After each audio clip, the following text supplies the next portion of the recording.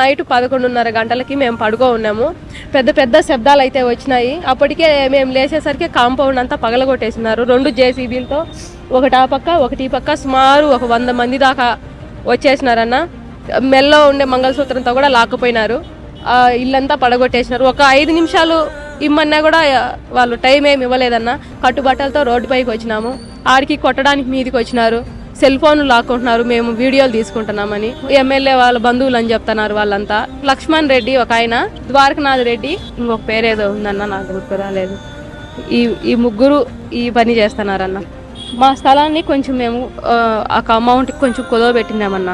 వాళ్ళు ఇచ్చిన అమౌంట్ కంటే ఎక్కువ ₹1,00,00,000 అయితే కట్టేసాం. వాళ్ళు 19 లక్షలు 20 లక్షలు మాకు ఇచ్చినారు. మేము ₹1,00,00,000 అయితే కట్టినాం. వాళ్ళకి ఆ ₹1,00,00,000 సరిపోదంట, ఇంకా ఇవ్వాలంట.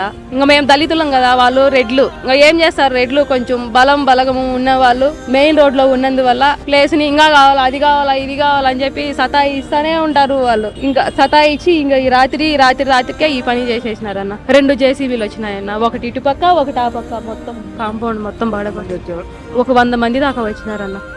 అంతా పిల్లలే తాగి వచ్చినారన్న. తాగా ప్రవర్తించుకుంటా ఒక్క నిమిషం కూడా మాకు టైమే ఇవ్వలేదు. కట్టుబట్టలతో రోడ్డు మీద పరిగెత్తుకొని వస్తున్నాం. చిన్న పిల్లోళ్ళని చూడలేదు, ముసలోళ్ళని కూడా అని చూడలేదు.